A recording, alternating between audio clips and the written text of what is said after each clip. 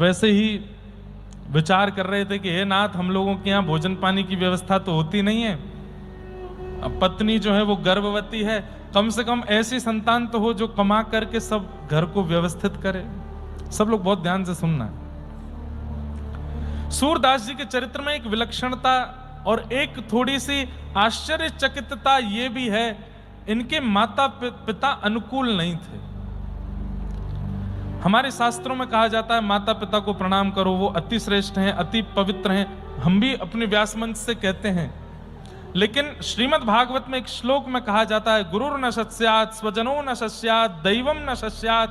वहां कहा जाता है उसका त्याग उचित है जो भगवत मिलन में बाधा बने। अभी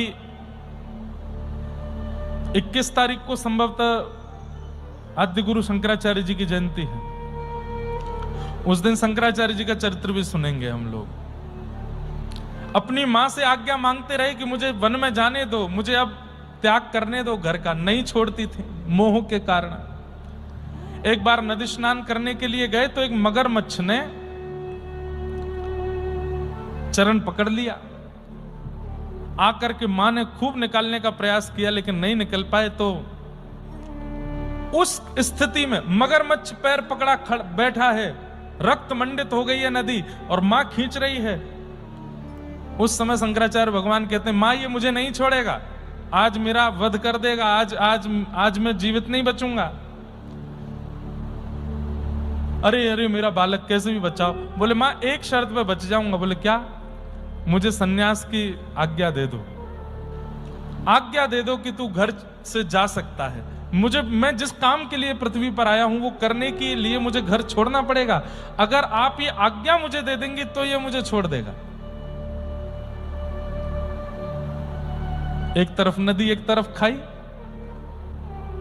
नहीं तो ग्राह खींच रहा है और यदि ग्राह छोड़ भी दे तो ये घर से चला जाएगा, किसी भी रूप में मेरे पास तो रहना नहीं, लेकिन कम से कम ये तो रहे कि मेरा पुत्र है, कहीं बैठा है, मैं इसी में ही प्रसन्न रहूंगी।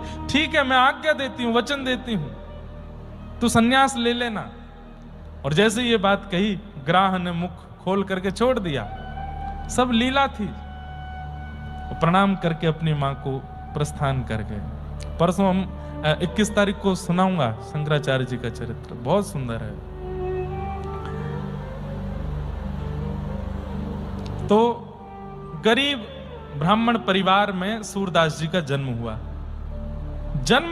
पुत्र हुआ, इस बात को सुनकर के उत्सव तो मना, लेकिन जैसे ही पता चला कि नेत्रहीन है।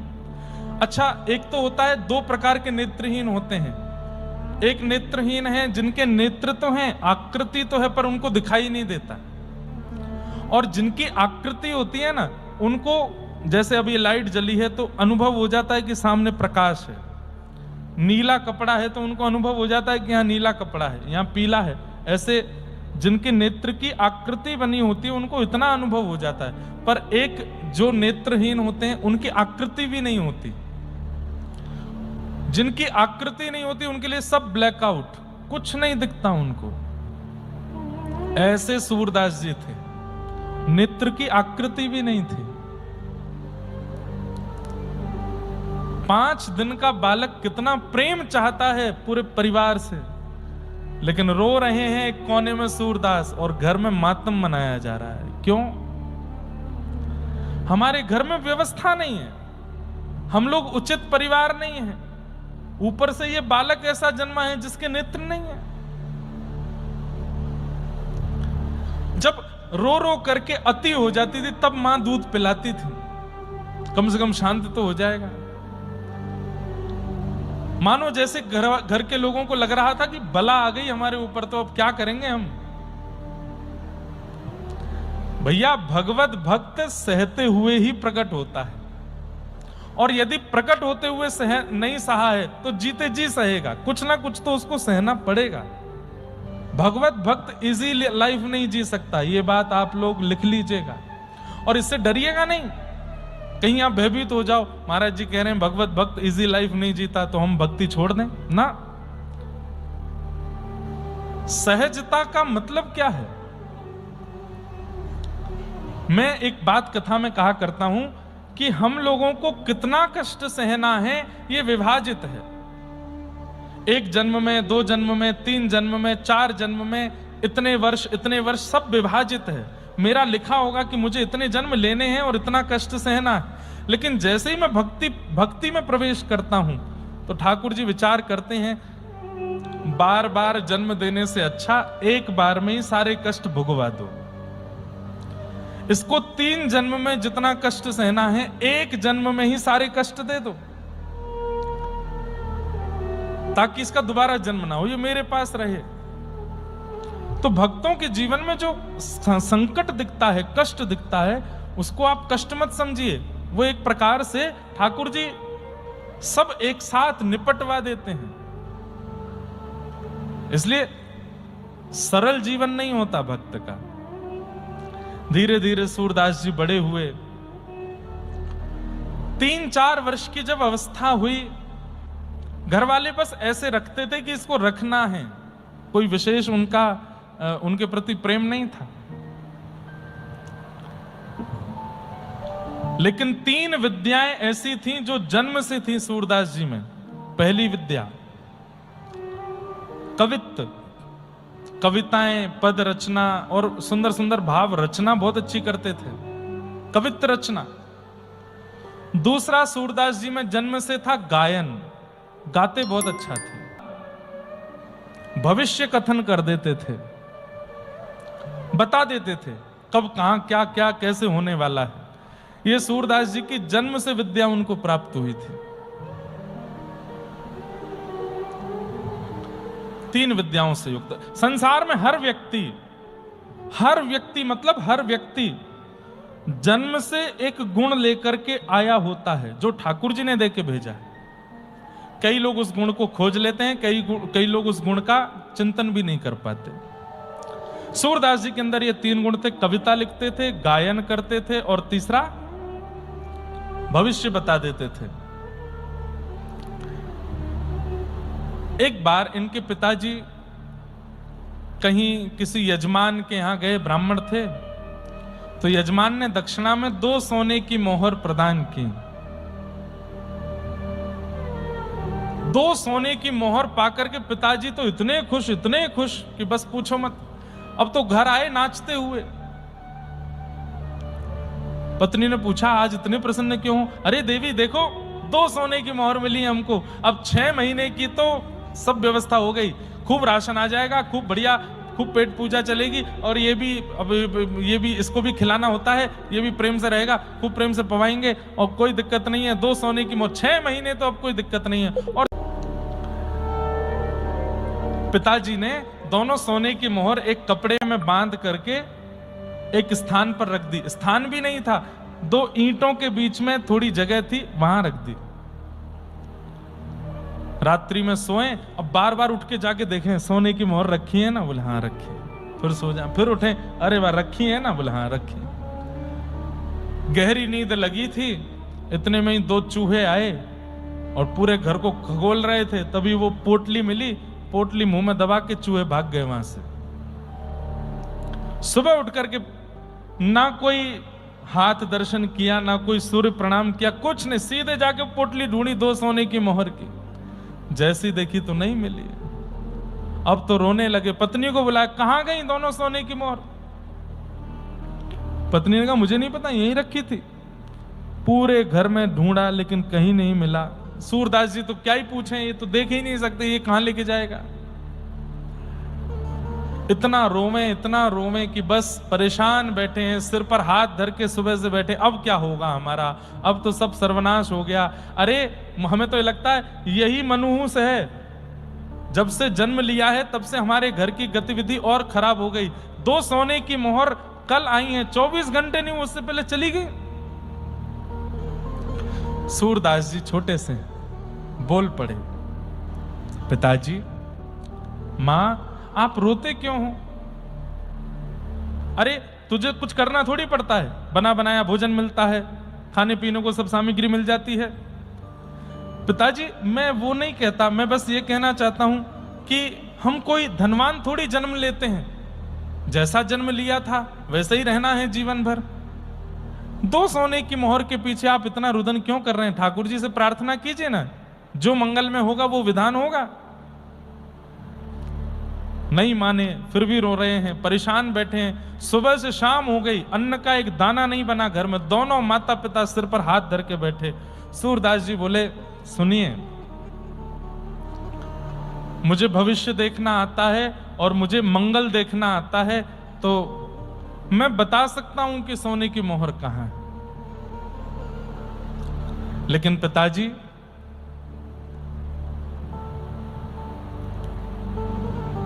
क्या? सोने की मोहर बता तो दूंगा, लेकिन फिर मैं यहां नहीं रहूंगा, मैं चला जाऊंगा घर से। माता पिता बोले, तू चला जाना, जहां तेरा मन हो तू चला जाना, तू बस बता सोने की मोहर कहां है। सूरदास जी ने तुरंत एक स्थान पर बैठ करके ध्यान लगाया, बता दिया। रात्रि 2 चूहे आए थे, पोटली को ले गए, दांतों से कुतुर दी है। एक सोने की मोहर तो यहां से सीधे जाएंगे, तालाब के पास एक पेड़ के नीचे पड़ी है, और एक सोने की मोहर उससे भी आगे थोड़ा जाएंगे, वहां पड़ी है, आप ढूंढ लीजिए। पिताजी दौड़ करके गए, जाके देखा तो दोनों सोने की मोहर मिल गई। लेकर के घर आ गए, फिर से खुश हो गए। पत्नी से देखो मिल गई, अब इनको संभाल के रखना। सूरदास जी अपनी लाठी ढूंढ रहे थे, नेत्रहीन है। ए सूरदास, कहां जाओगे अब तुम?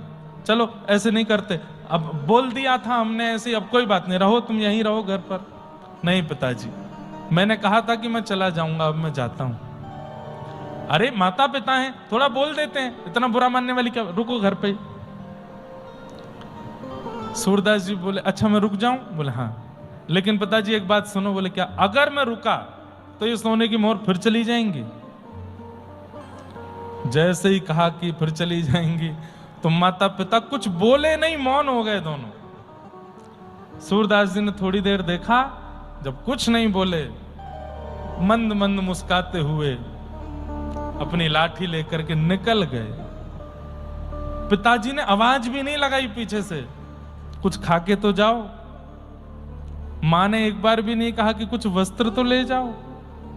और सूरदास जी जा रहे हैं, नेत्रों से अश्रु गिर रहे हैं। और तब जीवन में पहली बार सूरदास जी ने एक पद गाया, सुनेरी मैंने निर्बल के बलराम, सुनेरी मैंने निर्बल के बलराम।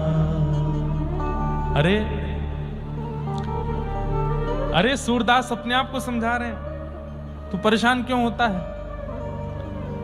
संसार में कोई अनाथ नहीं है। नाथ तू अनाथ को अनाथ कौन मोसो, मोह समान आरत नहीं, आरत हर तो। संसार में कोई अनाथ नहीं होता।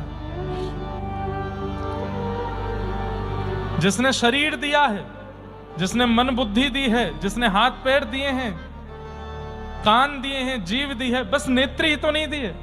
अरे मुझे जन्म दे करके भेजा है, नेत्रहीन बना के भेजा, कोई तो कारण होगा। मैं बेवजह तो नहीं आया हूं संसार में, किसी कारण से तो भेजा होगा। और नहीं है माता पिता तो क्या हो गया? अपने माता पिता को चित्त से प्रणाम, दंडवत प्रणाम करके सूरदास जी निकल गए।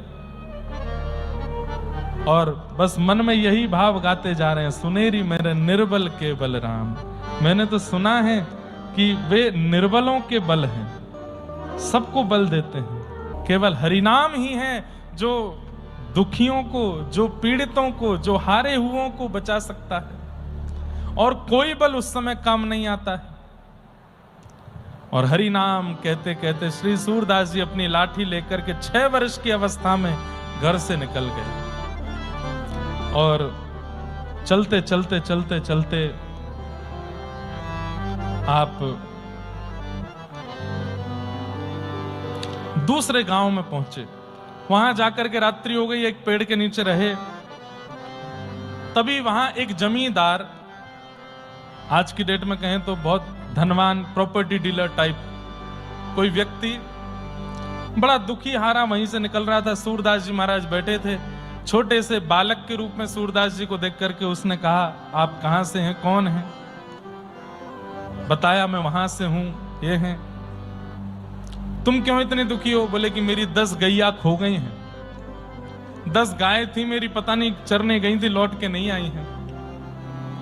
हे भगवान, आप कृपा करके अगर कुछ अनुग्रह कर दें, क्योंकि आप नेत्रहीन है पर ध्यान में बैठे थे तो मुझे लग रहा था कि भाई साधु महात्मा जानते हैं, बताना, आप बता दीजिए मेरी गैया कहां होगी। आप यदि बता देंगे तो उनमें से 5 गाय मैं आपको दे दूंगा। सूरदास जी महाराज बोले, हमको गैया नहीं चाहिए, लेकिन हम बता देते हैं, पास के एक गांव में एक घुड़साल है, वहां तुम्हारी 10 गैया हैं, जाओ ले आओ। गए, दौड़ करके देखा तो वहां घुड़साल में 10 गैया लेकर के आए। तो उस जमींदार ने कहा कि भाई ये तो बहुत अच्छे महात्मा हैं। उसने कहा, भगवान आप गैया तो ले नहीं रहे, पर कुछ कृपा कर दो मुझ पर। बोले, क्या कृपा करें? बोले, आप मुझे सेवा दे दीजिए, मैं आपकी झोंपड़ी बनवा दूं आपको रहने सहने के लिए। बोले कि वो तुम्हारी इच्छा। उसी पेड़ के नीचे एक सुंदर झोंपड़ी बनवा दी, उसमें सूरदास जी रहने लगे। और उस जमींदार ने जाकर के पूरे गांव में हल्ला मचा दिया। बोले, क्या? बोले, वो भविष्य बताते हैं वो तो। अब तो सूरदास जी के पास अगले दिन 5 लोग आ गए, उसके अगले दिन 1, 2, 10-20 लोग आ गए, फिर 50-60 लोग आ गए। अब तो भीड़ इतनी, आगे पीछे लोग घेरे बैठे रहते हैं। कोई कहे मेरी बेटी का ब्याह कब होगा, कोई कहे मेरा ये काम कब होगा, मेरी गैया दूध नहीं दे रही, कब से देना शुरू करेगी, कृपा करके बता दो। सूरदास जी सबको बता मैं। कोई आगे पूछता, भाई उम्र 40 साल हो गई, ब्याह नहीं हो रहा है, कुछ बता दो। सूरदास जी कहे, तुम ऐसे ही मरोगे, ब्याह नहीं होगा तुम्हारा। अरे थोड़ा देख लीजिए, पास के गांव से एक समाचार आया तो है, वो राजी तो हो गई है। बोले कि वो राजी तुम्हारे लिए नहीं हुई है, तुम्हारी संपत्ति के लिए हुई है। सब बता देते स्पष्ट।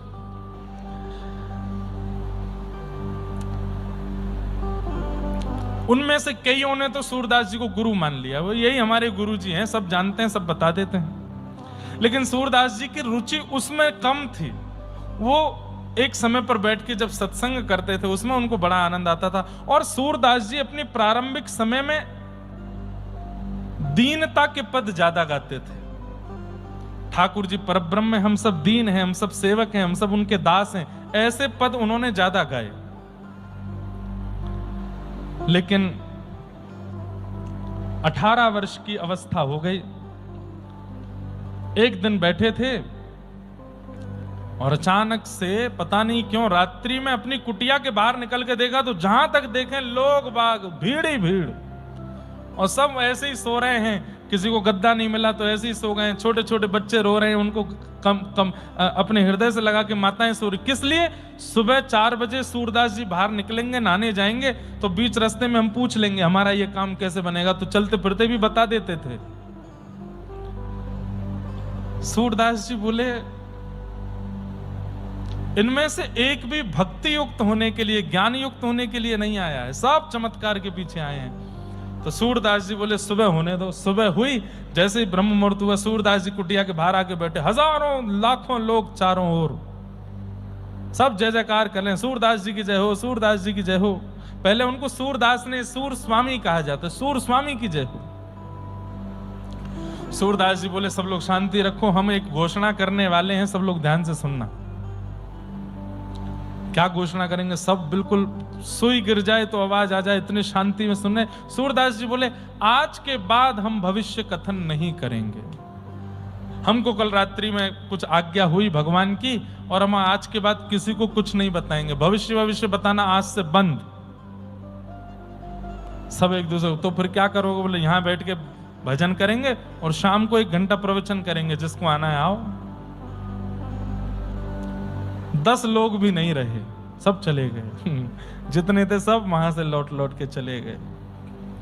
10 वो लोग रुक गए जिनको सूरदास जी के प्रवचन में आस्था थी, और लाखों लोग वो चले गए जो केवल चमत्कार के लिए रुके हुए थे। सूरदास जी प्रसन्न हो गए, बोले बस जितना कम सामान रहेगा उतना सफर आसान रहेगा। बढ़िया है, जीवन के इस सफर में जितनी कम बोझ लेकर के चलेंगे बढ़िया। ये क्या चमत्कार का हमने अपने ऊपर ले रखा था, छोड़ छाड़ दिया, सब नहीं बताएंगे। अब 10 ही लोग रह गए। सूरदास जी बोले, ये है संसार की वास्तविकता। आप काम के हो तो आपके पीछे सब हैं, और आप किसी काम के नहीं हो तो कोई नहीं है। 10 लोग बचे। सूरदास जी बोले भैया तुमको चमत्कार से किंचित भी अगर लोभ हो तो पहले ही बता दो। बोले कुछ नहीं है महाराज। बोले तो चलो हमारे साथ, और निकल पड़े महाराज। चलते चलते पहुंच गए श्री गौ घाट यमुना जी के तट पर मथुरा। व्रजमंडल में आ गए, वहां रह करके अब सूरदास जी केवल पद गाते हैं और भगवान का सत्संग करते हैं। 10-15 साल ऐसे ही निकल गए। अब एक बहुत ध्यान से सुनने वाली बातें हैं, बहुत छोटे छोटे प्रसंग में बहुत कुछ अनुभूतियां होती। सूरदास जी की अवस्था लगभग 35 वर्ष की हो गई, लेकिन आज सूरदास जी के मन में आया कि मेरे अंदर भक्ति तो आ गई, मेरे अंदर भजन तो आ गया, ज्ञान तो आ गया, प्रेम नहीं आया। मैंने सुना है कि यहां बैठ करके लोग कथा सुनते हैं, प्रवचन सुनते हैं, नेत्र सजल हो जाते हैं, उनके नेत्रों से अश्रु गिरने लगता है। मेरी ये अवस्था तो अभी तक नहीं बनी। क्यों नहीं बनी?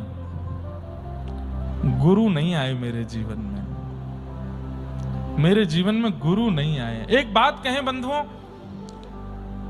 बहुत कम अवस्था में गुरु मिल जाएं ऐसी भावना मत रखिए। प्रारंभिक भजन केवल इसलिए कीजिए कि मुझे गुरु मिल जाएं, और गुरु मिलने के बाद जो भजन होगा वो ठाकुर जी की प्राप्ति के लिए होगा। प्रारंभिक भजन तो गुरु प्राप्ति के लिए हो। अभी जो भजन चल रहा है वो किस लिए हो कि मुझे मेरे जीवन के गुरु मिलें। पहले भजन से गुरु मिलें, गुरु मिलने के बाद गोविंद मिलें। 35 वर्ष बाद आज सूरदास जी विचलित हो गए और मन में सोचने लगे मेरे गुरु नहीं है। मेरे गुरु कौन है? मेरे आचार्य कौन होंगे? मेरे नाथ कौन है? मेरे स्वामी कौन है? यमुना जी से प्रार्थना करने लगे, व्रज से प्रार्थना करने लगे, रजरानी से प्रार्थना करने लगे, मेरे जीवन के सदगुरु भेजिए मेरे पास। और बस अब तो यही व्याकुलता है कि गुरु मिलें, गुरु मिलें, गुरु मिलें। सुन ली उनकी पुकार। श्रीमद् वल्लभाचार्य महाप्रभु भारत भ्रमण करते हुए जैसे ही व्रजमंडल आए, पूरे व्रज में जय जयकार चल रही थी। हजारों लोग उनके आगे पीछे जय जयकार करते हुए चलते थे। श्री कृष्ण शरणम मम की गूंज हो रही थी। पास के गौ घाट के ऊपर श्री वल्लभाचार्य महाप्रभु आए। हल्ला हल्ला सुन करके श्री सूरदास जी महाराज ने कहा भैया इतना शोरगुल है, बाहर इतने सारे लोग, ये किस लिए हैं? बोले अरे श्रीमन महाप्रभु श्री वल्लभाचार्य महाप्रभु पधारे हैं, उनके शिष्य आदि आए। बस वल्लभाचार्य नाम सुनते ही मानो जैसे परम शांति का अनुभव होने लगा। सूरदास जी को ऐसे लगने लगा जैसे अत्यंत प्यासे को जल पिला दिया गया हो। मन में इच्छा हुई, अभी ये इच्छा नहीं हुई कि यही मेरे गुरु हैं, मन में केवल इच्छा हुई कि इनका इतना नाम मैंने सुना है, इतना इनका यश है, और सबसे बड़ी बात वो केवल भक्ति पर प्रवचन करते हैं और उनकी कथा सुन के, प्रवचन सुन के लोग भक्त बन जाते हैं। भैया कोई हमें दर्शन करा लाओ। गांव के लोग बोले, सब लोग इधर देखो, ध्यान से सुनो। हाँ लाली क्या चाहिए? कहां को आ रही हो भगवती? जय हो जय हो। अनसुईया मैया हैं, दत्त प्रभु ने भेजे, जाओ मैया आप ही वंदन कर आओ व्यासपीठ को। क्या बता रहा था मैं? कहां चल रही थी कथा? अच्छा हम बोले जा रहे हैं, आपको समझ तो आ रही है ना? सबको हिंदी समझ आती है ना? यहाँ पे 2 बार कथा कर चुके हैं हम पहले भी, हमको पता है, लेकिन फिर भी कई लोग ऐसे हैं जो मराठी ही बोलते हैं या संस्कृत ही बोलते हैं। सबको हिंदी समझ आ रही? हाथ ऊपर करके एक बार बता दो। हाँ ठीक है, ठीक। बस मास कथा में हम रोज परीक्षा लेते थे, रोज लोग लिख लिख करके लाते थे 24 गुरुओं के ऊपर। इस बार भी महाराज जी से आज्ञा लेके कुछ परीक्षा जैसी करते हैं, और पूछने पे जो उत्तर नहीं देगा उसको कान पकड़ के खड़ा होना पड़ेगा थोड़ी देर, ठीक है? कथा में प्रारंभ के 10 मिनट केवल प्रश्नोत्तर करेंगे, ठीक है? और रैंडमली ऐसे उठा के, हाँ भाई तुम उठो बताओ, ध्यान से सुनना, कल कहीं आपका नंबर नहीं आ जाए। भाई कभी कभी ऐसे ही सुनानी पड़ती है कथाएं ताकि भक्ति चित्त में आवे। ध्यान से सुनो। तो सूरदास जी महाराज किसी से बोले, भैया वल्लभाचार्य जी आए, गऊ घाट पे बैठे, हमें दर्शन करा लाओ। तो गांव का कोई व्यक्ति बोला, अरे आपको दिखता तो है नहीं, लाठी पकड़ के चलते हो, इतनी भीड़ भाड़ है वहां पर। और वैसे भी सूरदास जी बुरा मत मानियो, ब्रजभाषी तो ब्रजभाषा ऐसे ही बोल देते हैं, ब्रजवासी लोग ऐसे ही बोल देते हैं। बोले आपको दिखाई तो देवे ना है, कहा देखोगे वल्लभाचार्य जी में, आंखन के आगे कछु दिखे तो है ना है। जैसी स्थिति यहाँ कुटिया में वैसी माया व्यवहारी है, दिखना तो कछु है ना, यहीं बैठे रहो। तो सूरदास जी के नेत्र सजल हो गए, अरे पागल, मैं उनको नहीं देख पाऊंगा पर वो तो मुझे देख लेंगे ना, वो तो मुझे देख लेंगे, उनकी दृष्टि तो एक बार मुझ पे पड़ जाएगी।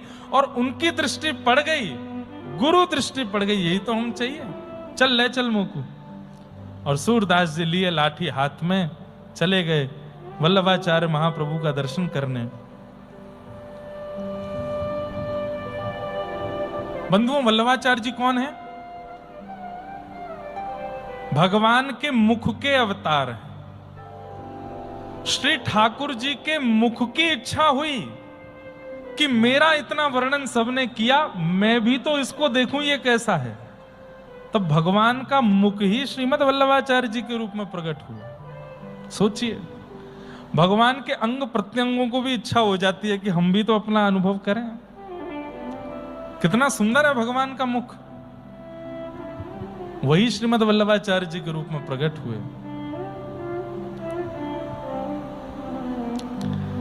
सूरदास जी गए, जाकर के ऐसी पंक्ति में सबसे आगे बैठे थे। वल्लभाचार्य महाप्रभु देख करके बोले, सूरदास, हमने सुना है आप पंक्तिबद्ध करते हैं, गाते हैं, कुछ गाओ। तो सूरदास जी महाराज बोले, सब आपकी कृपा है, कुछ गाओ। तो सूरदास जी गाने लगे। क्या? कौन कुटिल खल कामी मौसम, जो तन दियो ताहि बिसरायो, जो तन दियो। एक बात कहें बंधु, सूरदास जी के पद में एक विशेषता है, आप कहीं बैठ के गा लीजिए, ठाकुर जी सुनने अवश्य आते हैं। सूरदास जी के पद ठाकुर जी को इतने प्रिय हैं, इतने प्रिय हैं, आप कहीं भी बैठ के गाने लगिए। मैं गाता हूं तो मेरे कहीं ना कहीं के रोंगटे खड़े होते हैं, मुझे लगता है ठाकुर जी आ गए, सुनने आए। इतने प्रिय हैं सूरदास जी के पद। और अभी तो बहुत बड़ा एक चेंज आने वाला है, गुरु जीवन में आ रहा है ना। देखिए गुरु के आते क्या होगा सूरदास जी के साथ। अभी तक आपने सारे पद सुने, सूरदास जी ने कैसे पद गाए, क्या गा रहे हैं?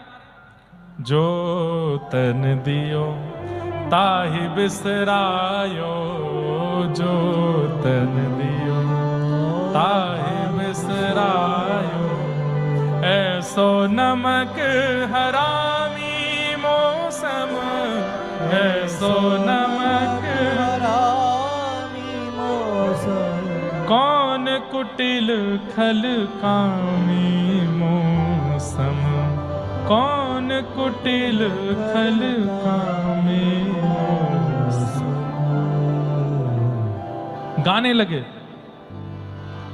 भर भर उदर विषय को धावो, भर भर उदर विषय को धावो, जैसे सूकर ग्रामी ग्रामी, जैसे सूकर ग्रामी, हरिजन छाणी हरि विमुखन की, हरिजन छाणी हरि विमुखन की, निस दिन करत गुलामी गुलामी। अरे हरि भक्तों को छोड़ करके उल्टा सीधा खाने पीने वाले लोगों की गुलामी करने में लगे हैं हम। कौन कुटिल खलकामी मौसम, भरी भरी उदर विषय को धावो, विषयों को ही केवल इस पेट में भर रखा है हमने। कैसे? जैसे कोई एक ग्राम का सूकर, वो केवल पेट भरना चाहता है, अब उसके मुंह में कीचड़ आवे, गंदगी आवे, नाली का पानी आवे, हम भी तो ऐसे ही हैं। पापी कौन बड़ो है मोते, पापी कौन बड़ो है मोते, सब पतितन को स्वामी स्वामी, सब पतितन को स्वामी।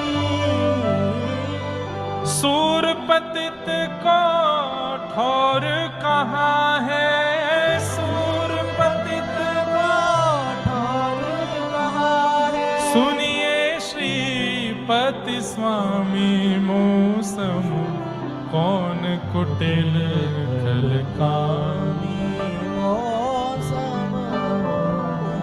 वल्लभाचार्य महाप्रभु बैठे हैं। सूरदास जी ने जैसे पद पूरा किया, सबने ताली बजाई, लेकिन वल्लभाचार्य महाप्रभु एकनिष्ठ बैठे हैं। सूरदास जी अब दिखता तो है नहीं, तो इधर उधर देख रहे हैं, ये कुछ कहेंगे। थोड़ी देर में महाप्रभु जी बोले कुछ और सुनाओ। तो सूरदास जी बोले शायद अच्छा नहीं लगा होगा। सब पतितन को स्वामी मैं तो, सब पतित मतलब पापी, पापियों का स्वामी हूं मैं। पद पूरा गाया। वल्लभाचार्य महाप्रभु बोले कुछ और सुनाओ। आज तक सूरदास जी के पद